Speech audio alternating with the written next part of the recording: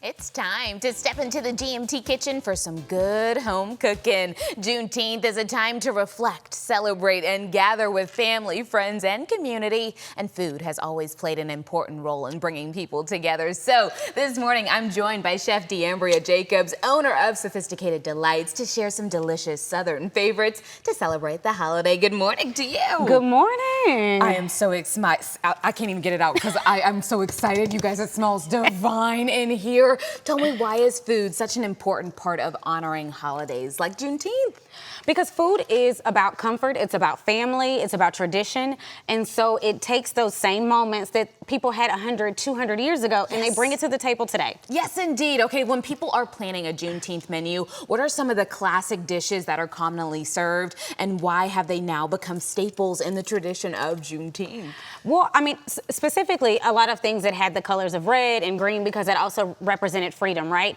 And so today we see a lot of those things in those colors still on the plates, from cabbage to collard greens to green beans, and then red beans and rice. Oh boy. Okay, well, you have some ingredients here with us today. I'm assuming that's what we're making since you pointed that out like that, red beans and rice? It is. You know it. I'm so excited. Okay, where do we start? Yeah, so a good red beans and rice shouldn't be difficult, and it shouldn't take you all day. Okay. It should be very simple. And so today, this is a great dump and serve meal. I love a dump, a one-pot meal. Yeah, get crock into pot, it. Whatever makes it easier. So you're gonna get you a nice large stock pot, and you're gonna put a little oil in there. You're gonna start with the meat of your choice. Ooh. So today I've got some smoked andouille sausage, and we just dump it in her there. in there. That's Hold on, exactly get my little friend in there. Yeah, come on, all of it. Yes, indeed. Okay, where do we go next? So then from there, you're gonna add in some of your aromatics. So you're gonna add in some thyme along with some fresh onion. So we did a whole onion along with about a ½ pound of that andouille, but you can also do turkey if you don't eat pork these days. This is gonna be so fragrant. A little bit of garlic. Add some fresh garlic cloves in there. Nice. And don't be afraid. I think people are always afraid on how much volume, but on these, don't worry about it. The seasoning is what you have to worry about monitoring. But when it comes to fresh herbs and spices, add it. Toss it in there. Yes, indeed. A little bit of jalapeno. I'm a spicy girl, but that's a Texas cowboy type of thing. You know, it's not a New Orleans tradition, but it's a Texas thing. Well, we got to put our spin on it too, right? You do. Let's talk about the significance of red beans and rice when it comes to the African American community and Juneteenth in general.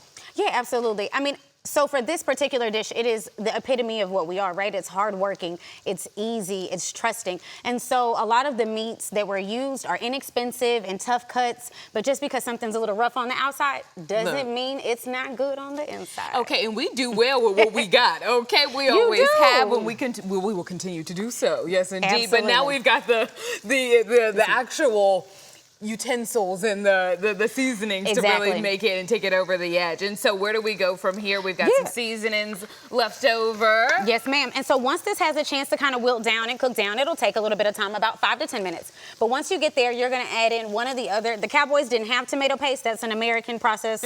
We're here now. You use fresh tomato, but if you don't have fresh tomato, you can use tomato paste. So pick your poison, right? Love that. So you'll add that in. And that gives the color, I'm assuming. That's gonna give you color, but it's really gonna add a lot of base flavor notes as well.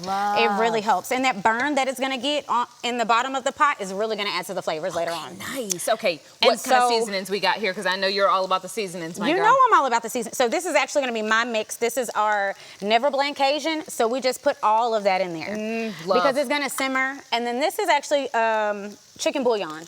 But you can also use chicken stock, whichever is easier for you. But this was readily available and it's affordable, so if you're on a budget. Very good. And then you'll add in about 2 cups of water to this, and then you'll add in your additional meats if you want any, and then guess what?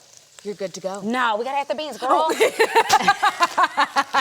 where the beans and the red beans are right. No, okay. Look, I'm just looking at the finished product, like, let me know when you're ready for me to say. No, you're good. Okay. Okay, beans, here we go. So you're gonna add the beans. So if you take dried beans, you're gonna soak these overnight, and then you'll dump those into the pot. They'll already have a little bit of water, but you'll still add the additional water on top.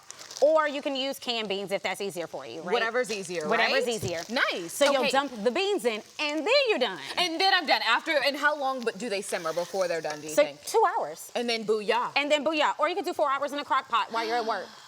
Oh, that's a smart idea. So it's already ready to go when It's you get done. home. Very good. I want to Exactly. touch on the two other dishes that you have right here because they look fabulous. Collard greens, and I'm assuming this is some good old cornbread. That is some good old cornbread. So nice and thick, and that, of course, is natural to us, the cornmeal, all of that fun stuff. But girl, let's get you a plate because I know you want to try it. Yes, you know So I let's get do. you- I'm so excited. Oh, you know, and it's got to be thick and golden brown. Listen, every time we cook for Juneteenth every year, I get so excited because listen, this is the food of our ancestors, okay? And I am just obsessed. And ooh, look at that rice and the color on that red beans and rice. This is so good. Do you have any tips? Because usually when we're celebrating like this, everybody wants to come over. Everybody wants to get a plate. Any tips as far as making food for a crowd? Look at you, come on. You know, razzle dazzle.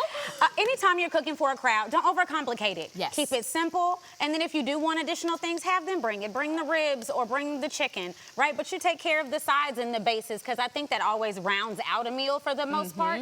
And it just makes it perfect.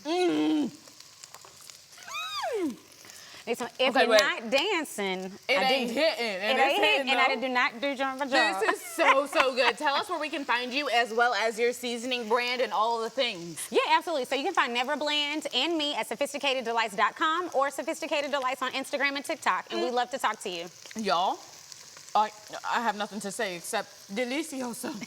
So good. Thank you so much for being here. You're so welcome. And you guys enjoy happy holiday. I'm over here. Happy Juneteenth. Cheers. In the Kitchen is sponsored by Tom Thumb and Albertsons, your one-stop shop and full-service grocer.